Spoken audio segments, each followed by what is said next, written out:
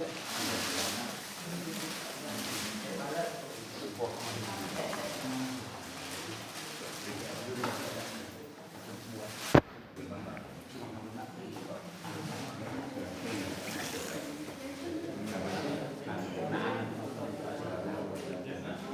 belakang sana ini sudah banyak rotinya, soalnya ini pasang balik.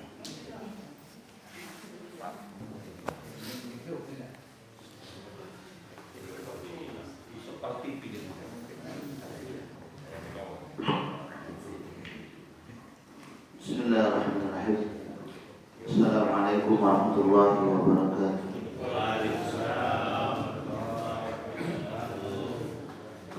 Alhamdulillahi rabbil alamin wa bihi nasta'inu ala umuri dunya waddin. Sayyidina Muhammadin wa ala alihi wa ashabihi ajma'in. Asyhadu an la ilaha illallah wahdahu la syarika lah wa asyhadu anna Muhammadan abduhu wa rasuluh. Allahumma salli ala Muhammad wa ala ali Muhammad, amma ba'd. Yang saya hormati Ketua Musholah Al-Ihsan serta jajaran kepengurusannya,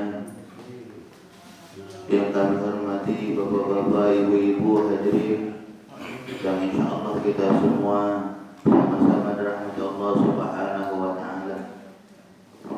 Mari selalu kita bersyukur kepada Allah Subhanahu wa Ta'ala atas nikmat yang telah diberikan kepada kita, di mana dengan nikmat tersebut alhamdulillah kita bisa bersama-sama berkumpul di rumah Allah ini guna untuk kita bersama-sama mendekatkan diri kepada Allah Subhanahu wa Ta'ala sebagai wujud syukur kita kepada Allah Subhanahu wa Ta'ala atas apa-apa yang telah diberikan kepada kita.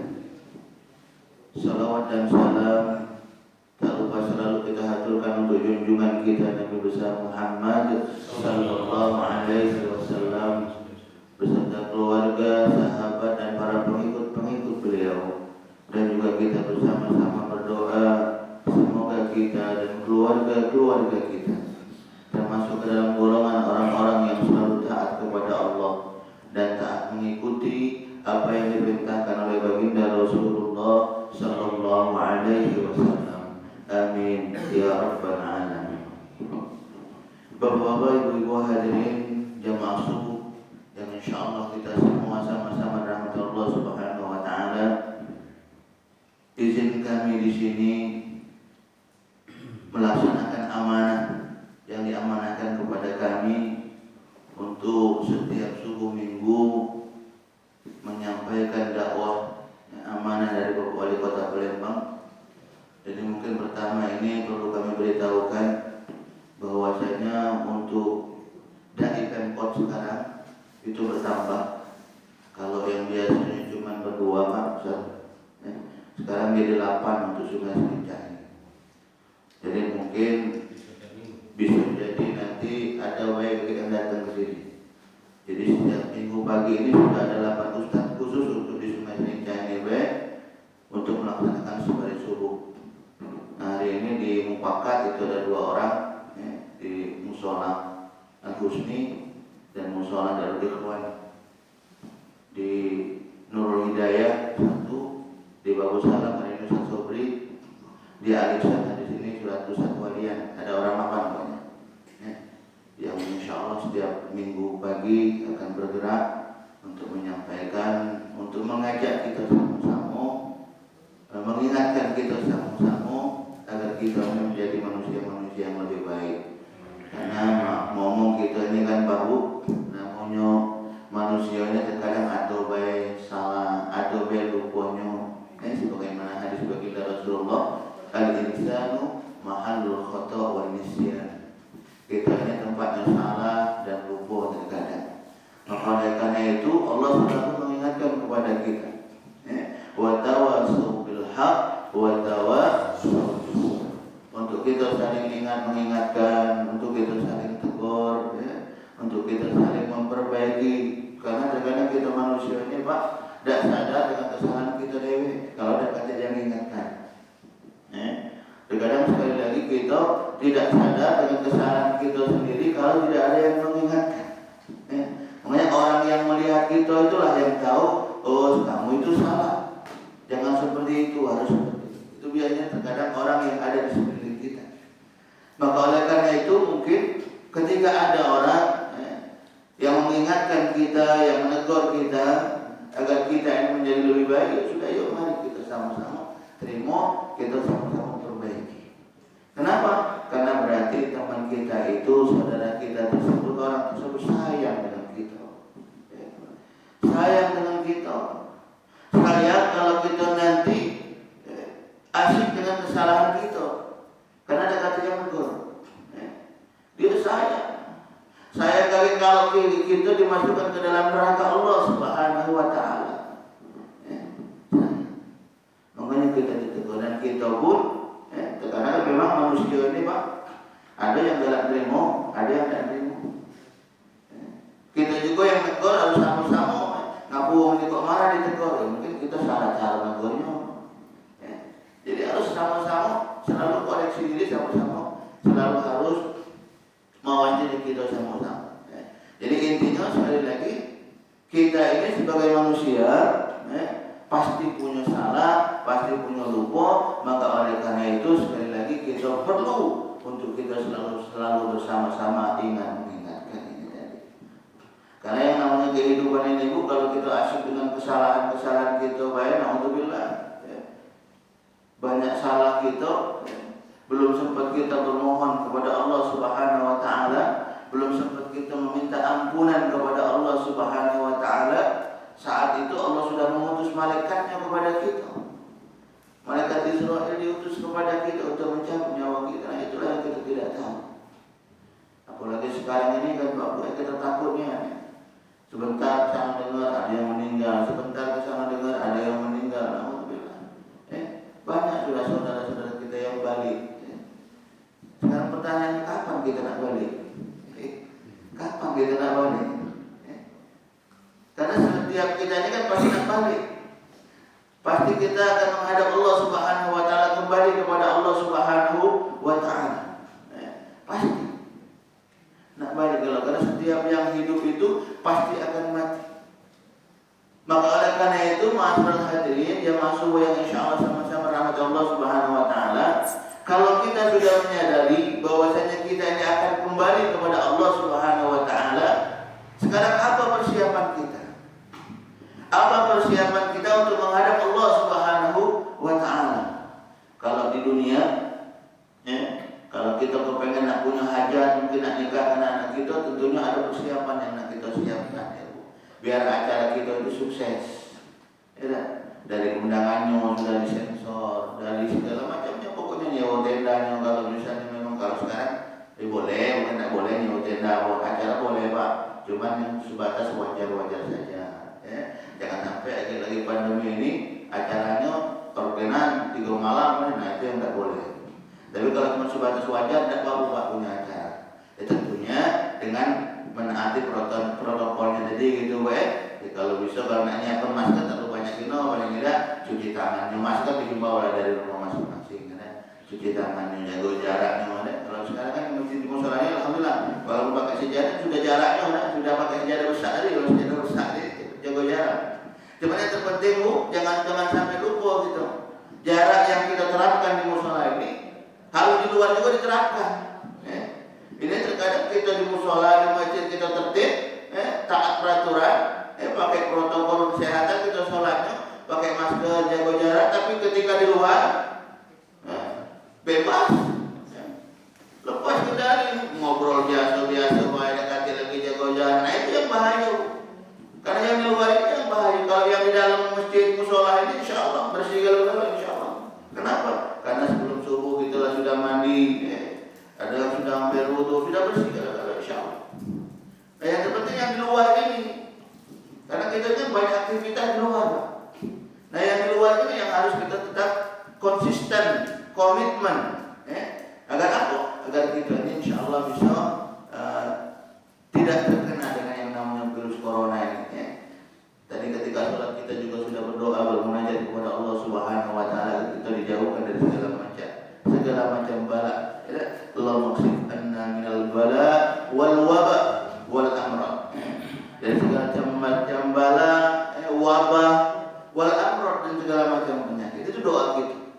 Selalu kita berdoa bermunajat kepada Allah Subhanahu wa taala. Akan tetapi doa itu harus diimplementasikan dengan perbuatan. Dengan praktek perbuatan. Agar doa itu bisa nyambung, dan insya Allah ketika doa itu kita sudah terapkan dalam kehidupan kita, kita praktekkan dalam kehidupan kita kepengen kita tidak kena penyakit. Apa usaha kita?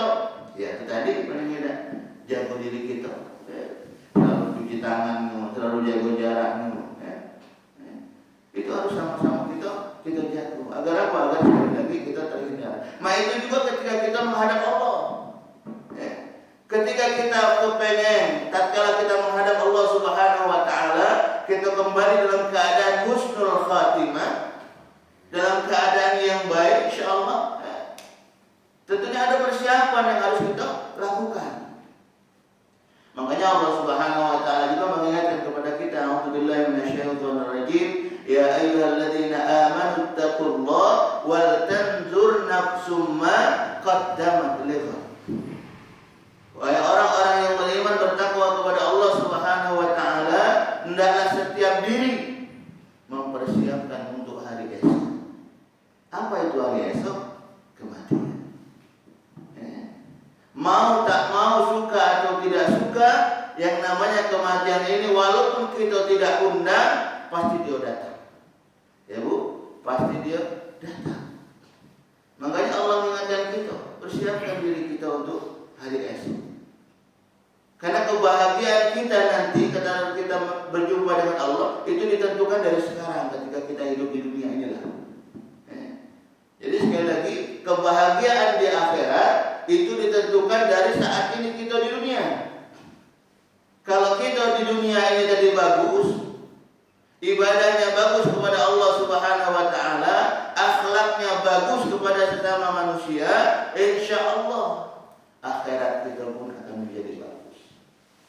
InsyaAllah akhirat kita bisa diberikan kebahagiaan oleh Allah Subhanahu wa taala. Tadi syarat dulu pun tidak. Apa? Amanu wa amilus shalihat. Beriman kepada Allah dan juga berbuat baik kepada manusia. Hablu minallah bagus, hablu minan nas bagus. Jangan tidak seimbang. Hablu minallahnya bagus, hablu minan nasnya tidak bagus. Belum memperoleh kebahagiaan dari Allah. Karena syarat untuk memperoleh kebahagiaan dari Allah paling tidak dua ini yang harus selalu kita usahakan. Jaga niat bagus-bagus, jaga niat baik-baik. Hablum minallah, mana kita menjaga hubungan kita dengan Allah.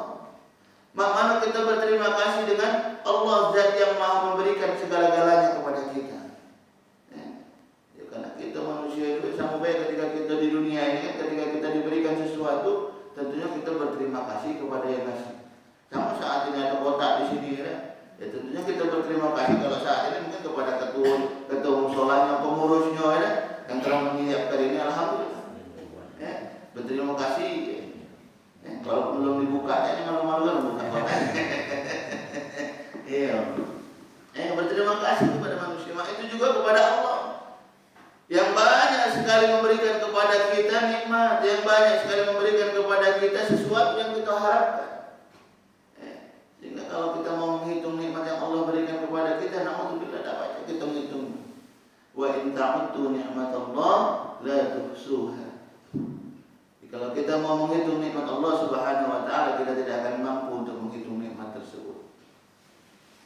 Maka memang kita ini kan makhluk Allah yang dhaif, jadi kita tidak usah nak nyubuh-nyubuh ngitung nikmat Allah, ada kaca tidak.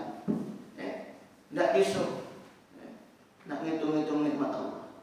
Dengan sekarang makna kita, ya sekarang kita berusaha mempergunakan nikmat yang Allah berikan kepada kita ini untuk kita mendekatkan diri kepada Allah. Itu yang penting. Ya Pak? Jadi mempergunakan nikmat yang Allah berikan kepada kita untuk kita banyak mendekatkan diri kita kepada Allah Subhanahu wa taala. Saat ini kita diberikan kesehatan, alhamdulillah. Yuk, mari kesehatan yang ada saat ini kita banyak dekatkan diri kita kepada Allah Subhanahu wa taala. Kita banyak melakukan kebaikan-kebaikan kepada sesama manusia. Kesehatan kita. Jangan kayak ketika kita diuji dengan penyakit baru nyesal. Oh ya Allah, aku iringi ya Allah dengan kawan aku, dengan tetangga aku itu rajin rajin ke musolanya, tiap hari sholat di musola, tiap hari sholat di masjid, ya Allah, tiap hari beramal. Saat itu kita baru nyesal. Kemarin kemana? Jadi maka oleh karena itu sekali lagi, ketika kita diberikan nikmat kesehatan ini, yuk mari kita pergunakan nikmat itu dengan baik. Jangan sampai kayak kita sehat, nak nyari penyakit, ya bu, sehat, nak nyari penyakit. Kan ada uang itu, kita nak jauhi penyakit, tapi malah ada uang yang nak nyari penyakit, ya bu, tidak jago dirinya dewek. Mungkin tiap malam begadang terus, misalnya, dia begadang yang tidak ada manfaat tentunya. Kalau tiap dolar ini kalau tengah malam keluar baca tugas misalnya, kalau misalnya, baca. Tapi kalau yang tidak ada manfaat jangan. Kenapa? Karena bisa ya menjaga kesehatan kita tadi, untuk menjaga kesehatan kita. Makanan sudah disiapkan sama Allah, sudah disiapkan sama untuk kita yang bagus-bagus. Kita malah makan yang buat nyebab kita sakit. Apalagi sekarang ini bu, zamannya hebatnya saudara. Yang namanya minum-minuman tadi. Di luar-luar sana banyak yang namanya jual tua itu sekarang. Tua bu, bukan yang lain dari tua. Tua itu bahaya juga caknya. Kalau tua zaman dulu mungkin masih aman dari zaman dulu, tapi tuanya. Karena kan memang kalau zaman dulu namanya tua biasa, tua itu biasa.